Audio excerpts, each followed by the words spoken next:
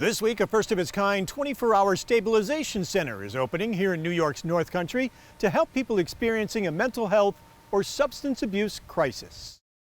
Today marks a milestone for our community. This center represents a crucial gap being filled. It's a place where someone in crisis can walk in and be met with immediate, trauma-informed support, no emergency waiting room, no police custody, no stigma, just care, just hope. Rochelle Gregory with the Clinton County Mental Health and Addiction Services joined other healthcare professionals for the official announcement, the opening of the Champlain Valley Family Center's new Intensive Stabilization Center. This is only the beginning. The center is a launching pad for our continued partnerships, connecting individuals to long-term treatment, housing, peer support, and dignity of recovery.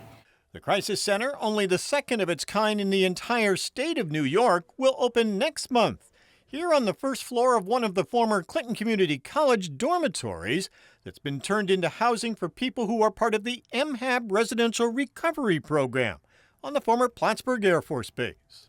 We provide rapid access to care 24 hours a day, 7 days a week. Buster Garrow is the new Crisis Center's director.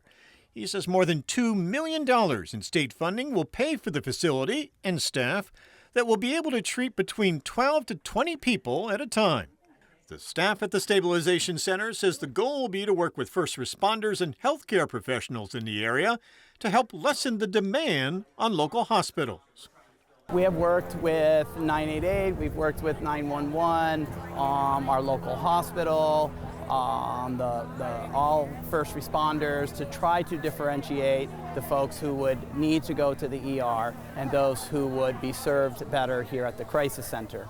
Dr. Chinazo Cunningham, the commissioner of the state's Office of Addiction Services, says while the number of overdose deaths has dropped in recent years by as much as 30%, the addiction epidemic is still claiming thousands of lives every year across New York State. There were 17 overdose deaths in Plattsburgh in 2023. This work here with the Crisis Stabilization Center is a key way to improve access to services and to support people in the community so that we can prevent overdose deaths and we can improve people's lives. And Dr. Cunningham says there are concerns that potential federal cuts could jeopardize funding for crisis services like this. We need the support of the federal government to do this work.